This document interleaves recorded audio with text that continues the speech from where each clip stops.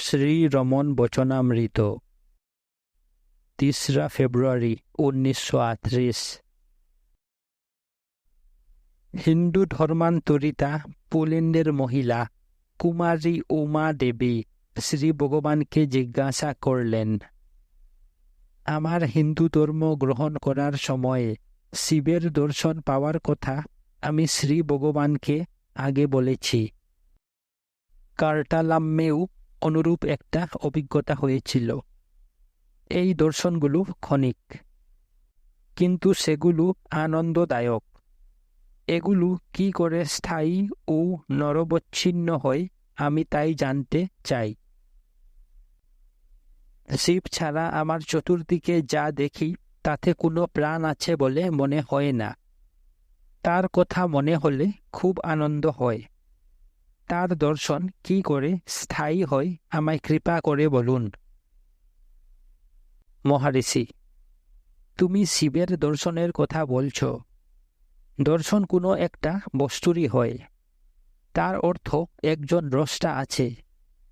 দ্রষ্টার পরিপ্রেক্ষিতেই দর্শনের মূল্য। তার অর্থ দর্শকের মানসিক পরিপক্কতা অনুযায়ী দর্শনের বিষয়বস্তু হয়। আবির্ভাব হলেই তিরুভাব আছে। যা উদয় হয় তা অদৃশ্য হয়। এরূপ দর্শন কখনো চিরস্থায়ী হয় না, কিন্তু শিব শাশ্বত। শিবের প্রত্যক্ষ হওয়ার অর্থাৎ দর্শনের অর্থ দেখার জন্য চোখ আছে। চোখের পিছনে বুদ্ধি আছে। দর্শন ও বুদ্ধির পিছনে দ্রষ্টা আছে, আর অবশেষে দ্রষ্টার আধারভূত চেতনা আছে। এই প্রত্যক্ষ দর্শন একজন যেরূপ সত্য মনে করে তা নয়, কারণ এটা অন্তরঙ্গ ও সহজাত নয়। এটা অপরোক্ষ, অর্থাৎ সরাসরি নয়। এটা চেতনার বিভিন্ন স্তরের পরিণাম। এর মধ্যে কেবল চেতনারই বিকার হয়। সেটা নিত্য। এই শিব, এই আত্মা। দর্শন বললেই দ্রষ্টা আছে। দ্রষ্টা আত্মার অস্তিত্ব অস্বীকার করতে পারে না। এমন কোনো মুহূর্ত নেই যখন চেতনারূপ আত্মার অস্তিত্ব নেই, আর দ্রষ্টাও চেতনা থেকে পৃথক থাকে না। এই চেতনাই শাশ্বত সত্তা আর একমাত্র সত্তা। দ্রষ্টা নিজেকে দেখতে পায় না। সে নিজেকে চোখ দিয়ে প্রত্যক্ষ রূপে দেখে না বলে কি সে তার অস্তিত্ব অস্বীকার করে? না। সুতরাং প্রত্যক্ষের অর্থ দেখা নয়, কিন্তু হওয়া। হওয়ার অর্থই উপলব্ধি। সুতরাং আমি আছি যা আমি আছি। I am that I am. আমি আছি শিব। কিছুই তার অতিরিক্ত নয়। সব কিছুর সত্তা শিবেই রয়েছে, আর শিবের জন্যই হয়েছে। এব অনুসন্ধান করো আমি কে। নিজের অন্তরে ডুবে যাও আর আত্মাতে থাকো। এটাই অস্তিত্বরূপ শিব। বারবার তার দর্শনের প্রত্যাশা করো না। এই সব বস্তু দেখা আর শিব দেখার মধ্যে কি পার্থক্য? তিনি বিষয়ী ও বিষয়। তুমি শিব ছাড়া পৃথক নও। শিব সর্বদাই নিত্য বর্তমান রূপে অনুভূত হচ্ছেন। তুমি যদি মনে করো যে তাকে অনুভব করোনি, সেটা ভুল। এটাই শিব অনুভবের বাধা। সেই চিন্তাটাকেও ত্যাগ করো, আর সেটাই জ্ঞান। ভক্ত: হ্যাঁ, কিন্তু এটা ত্বরান্বিত করব কি করে? মহারিষি: এটাই জ্ঞানের বাধা। শিব ব্যতীত কি ব্যক্তিসত্তা রয়েছে? এমনকি এই ক্ষণেও তিনিই তুমি। সময়ের কোনো প্রশ্ন নেই। যদি কোনো উপলব্ধি শূন্য মুহূর্ত থাকে, তবেই উপলব্ধির প্রশ্ন হয়। বস্তুত তুমি কোনো সময়েই তিনি ব্যতীত নও। তাকে উপলব্ধি করছ, সর্বদাই করছ, আর কখনোই উপলব্ধি রহিত নও। তার কাছে সমর্পণ করো, আর তিনি আবির্ভূত হন বা না হন, তার ইচ্ছানুসারে চলো, তার ইচ্ছার অনুবর্তী হও। যদি তুমি তোমার ইচ্ছানুসারে তাকে কিছু করতে বলো, সেটা সমর্পণ নয়, আদেশ।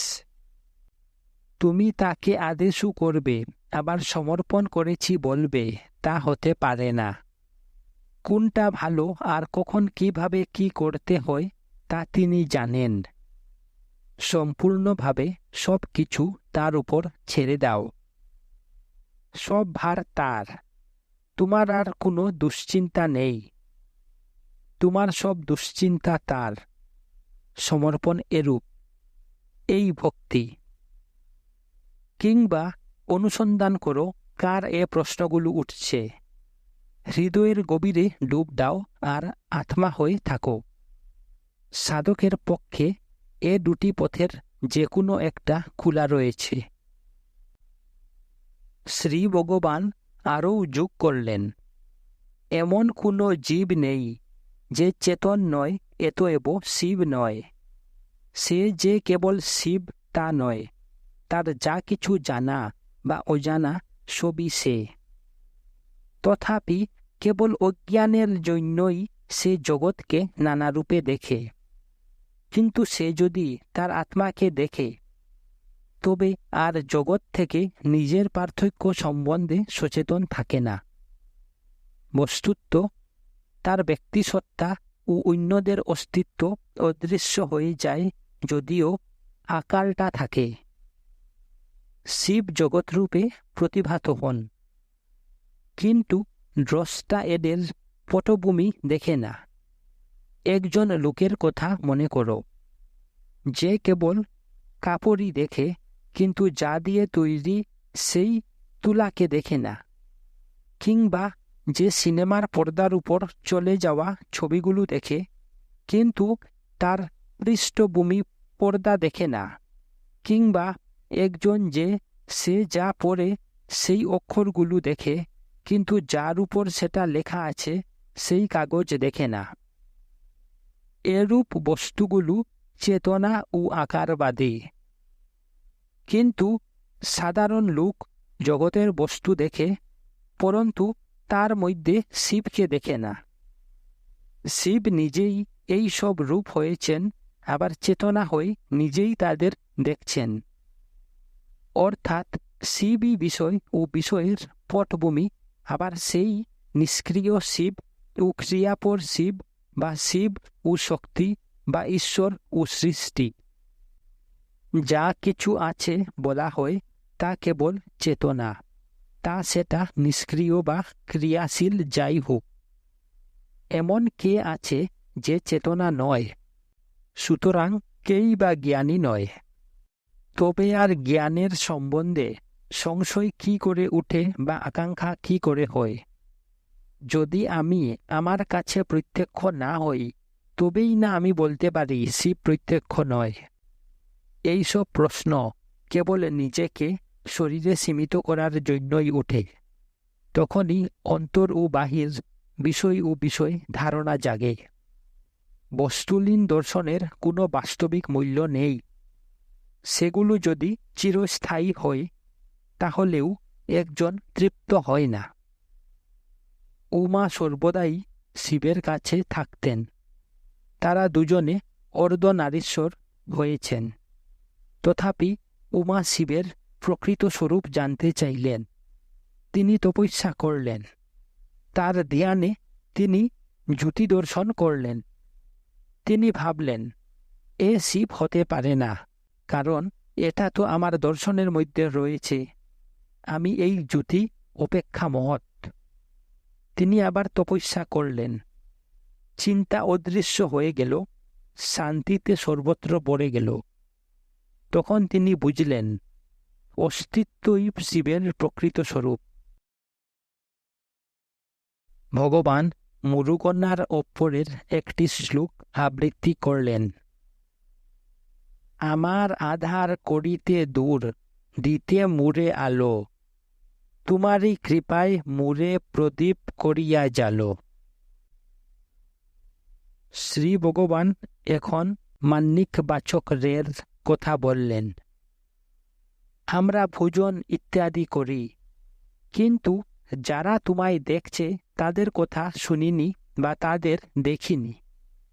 একজনের ঈশ্বরকে দেখা ও তার ব্যক্তিত্বকে ধরে রাখা সম্ভব নয়। দ্রষ্টা ও দৃশ্য এক হয়ে একটা সত্তা হয়ে যায়। সেখানে জ্ঞাতা, জ্ঞান ও জ্ঞেয় নেই। সবই এক পরম শিবম কেবলম। 4 ফেব্রুয়ারি 1938। মাদ্রাজ বিশ্ববিদ্যালয়ের দর্শন বিভাগের রিডার শ্রী এস সূর্যনারায়ণ শাস্ত্রী আজ রাত্রে এসেছেন। তার একটা সংশয় ছিল, সেটা শর্মার আত্মজ্ঞানের ভাষ্য পড়ে মিটে গেছে। সংশয় ছিল, জগৎটা কি করে একটা কল্পনা বা চিন্তা হয়। চিন্তা মনের ক্রিয়া, মন মস্তিষ্কে রয়েছে। যে মানুষ নিজের জগতের একটা ক্ষুদ্রাদি ক্ষুদ্র অংশ, তার করুটির মধ্যে মস্তিষ্কটা রয়েছে, তবে জগৎটা সেই মস্তিষ্কের কুশের মধ্যে কি করে থাকে? শ্রী ভগবান এই বলে উত্তর দিলেন, যখন মনকে পূর্ব বর্ণিত বস্তু বলে মনে করা হয় তখন সংশয় থাকে। কিন্তু মন কি? আমাদের ভেবে দেখা যাক। ঘুম থেকে উঠলে জগৎ দেখা যায়। এটা আমি চিন্তা হওয়ার পর আসে। মাথা উঁচু হয়ে উঠে, সুতরাং মন সক্রিয় হয়ে উঠে। জগৎ কি? এই আকাশে বিস্তৃত কতকগুলো বস্তু। কে দেখে? মন। যে মন আকাশ অনুভব করে, সে কি নিজেও আকাশ নয়? বাহ্য আকাশ ভূতাকাশ, মনটা মনাকাশ, সেটা আবার চিদাকাশে রয়েছে।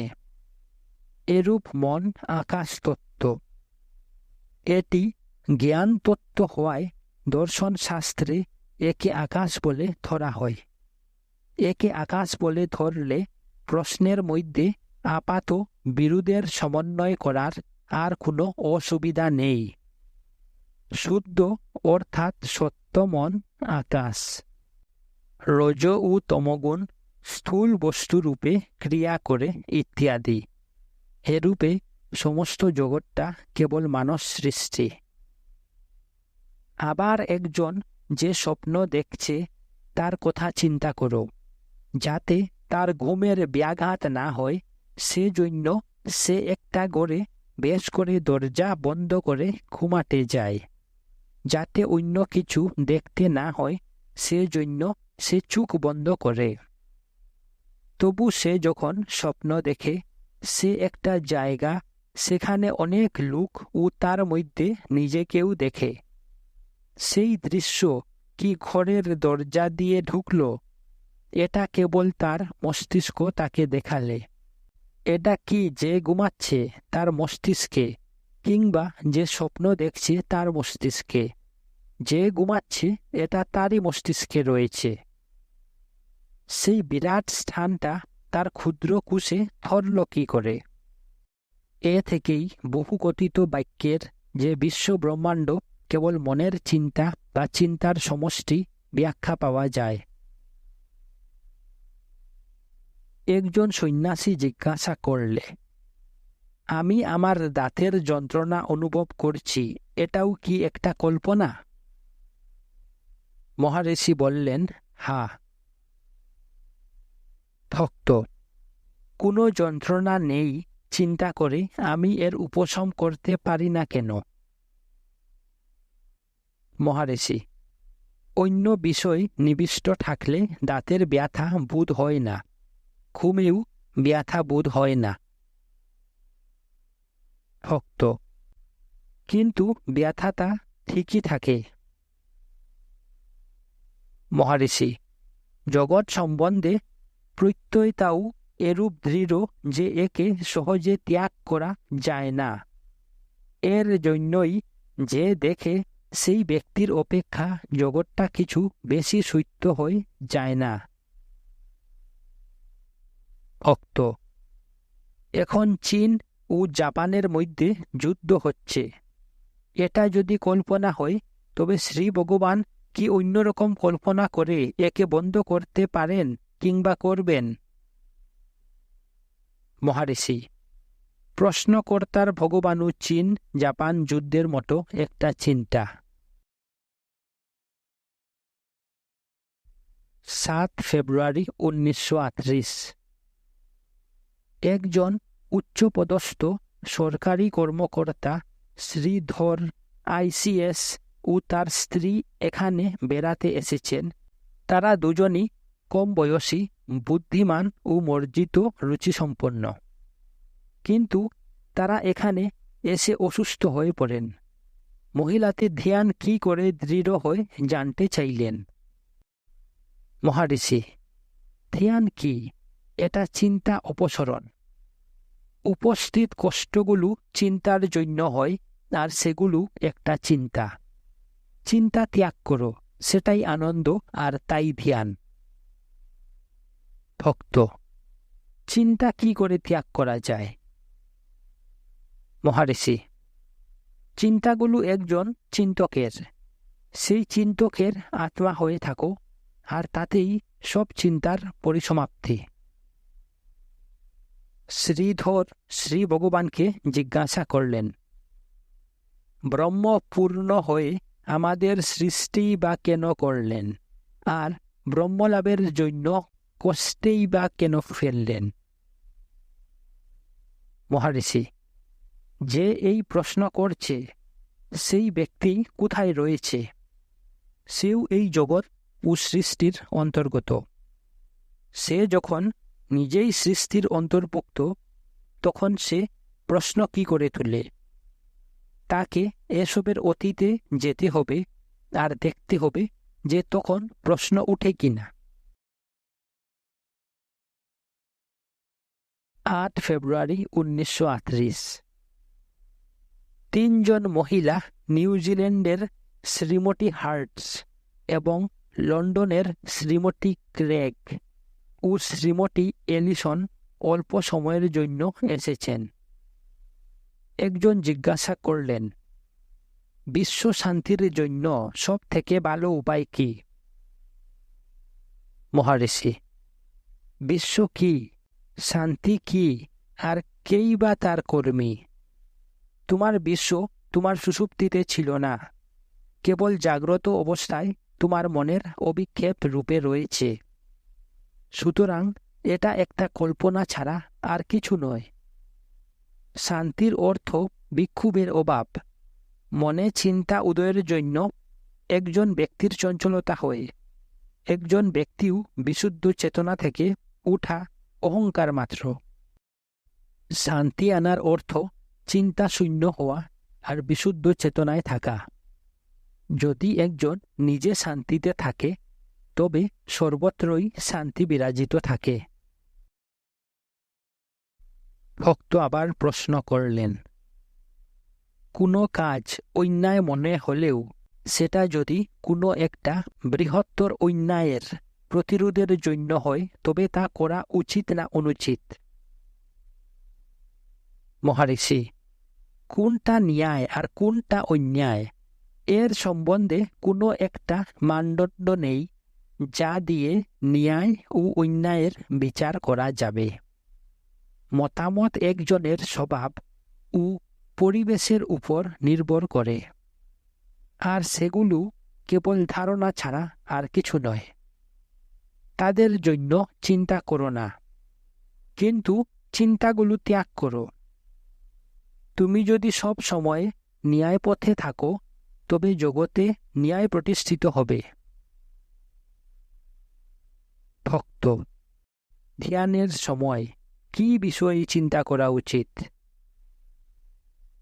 মহারিষি: ধ্যান কি? এটা চিন্তা দূর করা। আমরা চিন্তার দ্বারা বিক্ষিপ্ত, সেগুলো একটার পর একটা এসে যায়। একটা চিন্তা ধরে থাকো যাতে অন্যগুলো দূরে যায়। অনবরত অভ্যাসে মনের শক্তি লাভ হওয়ায় ধ্যানে লেগে থাকা যায়। ধ্যান সাধকের মানসিক উন্নতির তারতম্যের উপর নির্ভর করে। যদি একজন উপযুক্ত হয় তবে সে চিন্তককে ধরে থাকতে পারে, আর চিন্তাকারীও সতই তার উৎসে অর্থাৎ বিশুদ্ধ চেতনায় ডুবে যায়। যদি সে চিন্তককে ধরতে না পারে তবে ঈশ্বর চিন্তা করবে, আর সময়ে যথেষ্ট বিশুদ্ধতা লাভ করে চিন্তাকারীকে ধরতে পারবে এবং পরম সত্তায় ডুবে যাবে। একজন মহিলা এই উত্তরে সন্তুষ্ট না হয়ে আরও বিস্তারিত ব্যাখ্যা চাইলেন।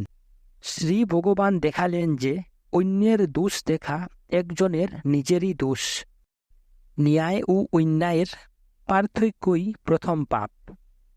একজনের নিজের পাপই বাইরে প্রতিফলিত হয়, সে অজ্ঞান তা অন্যের উপর চাপায়। যে অবস্থায় এই পার্থক্যটা ওঠে না, সেই অবস্থায় পৌঁছানোই সব থেকে ভালো পথ। তুমি কি সুষুপ্তিতে কোনো ভালো মন্দ দেখেছিলে?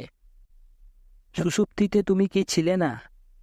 জাগ্রত অবস্থায় ঘুমিয়ে থাকো, আত্মস্থিত হয়ে থাকো, আর যা কিছু হচ্ছে তা থেকে নির্লিপ্ত থাকো। তাছাড়া তুমি যতই কেন তাদের উপদেশ দাও, তোমার শ্রোতারা নিজেদের শুধরাবে না। তুমি নিজে ঠিক থাকো আর শান্ত হয়ে থাকো। তোমার মৌন তোমার কথা ও কাজের থেকে বেশি কার্যকরী হবে। এই ইচ্ছাশক্তির প্রগতি। তখন জগৎটা স্বর্গরাজ্য হয়, সেটা তোমার নিজের মধ্যেই রয়েছে। ভক্ত, যদি নিজেকে নিজের মধ্যেই গুটিয়ে নিতে হয় তবে জগৎটা রয়েছে কেন? মহারিষি, জগৎটা কোথায় রয়েছে আর একজন নিজেকে সরিয়ে নিয়ে কোথায় যায়? সে কি উড়োজাহাজে করে আকাশে উড়ে যায়? এটা কি প্রত্যাহার করা হলো? প্রকৃত সত্য হলো জগৎটা একটা ধারণা। তুমি কি বলো, তুমি জগতে কিংবা জগৎ তোমাতে? ভক্ত, আমি জগতে রয়েছি, আমি তার অংশ। মহারিষি, এইটাই ভুল। যদি তোমার থেকে জগতের পৃথক অস্তিত্ব থাকে, সে কি এসে বলে যে সে আছে? না, তুমি দেখো যে এটা রয়েছে। তুমি যখন জেগে থাকো তখন এটা দেখো, সুষুপ্তিতে দেখো না। যদি এটা তোমার থেকে পৃথক হতো তবে এটা তোমায় তা বলতো, আর সুষুপ্তিতে তুমি এর সম্বন্ধে সচেতন থাকতে। ভক্ত, আমি আমার জাগৃতিতে এর সম্বন্ধে সচেতন হই।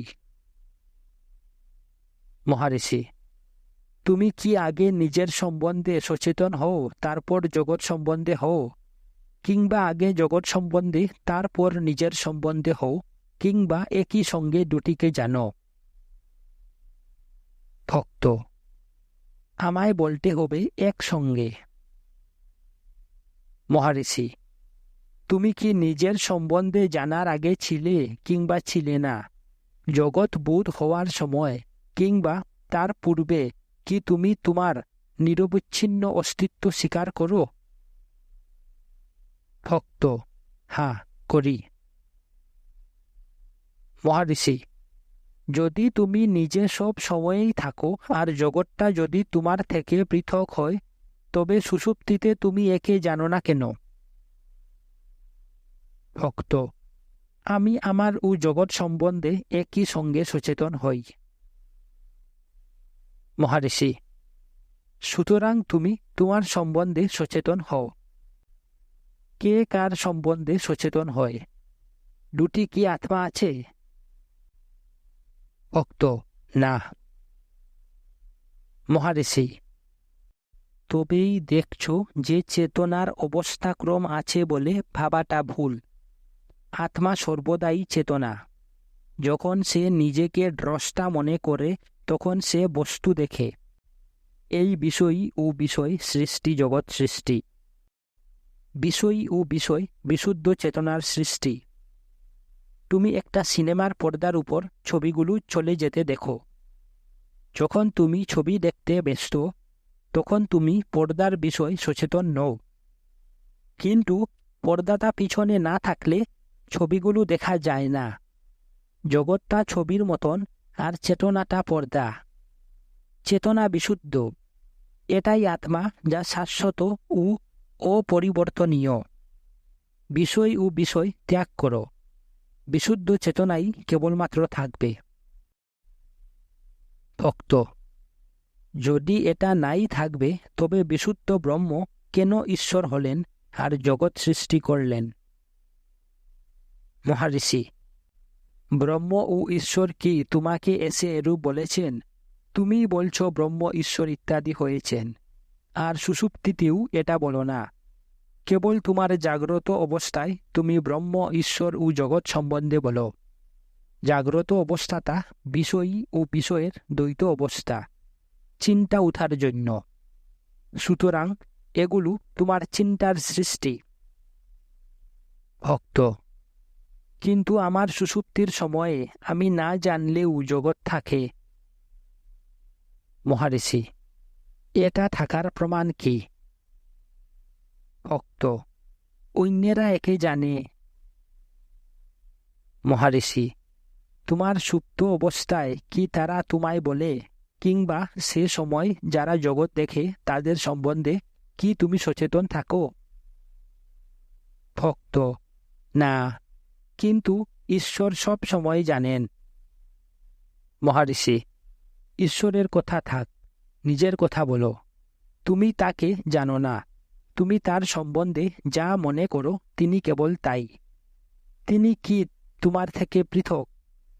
তিনি সেই বিশুদ্ধ চেতনা যাতে সকল চিন্তার উদয় হয়। তুমিও সেই চেতনা।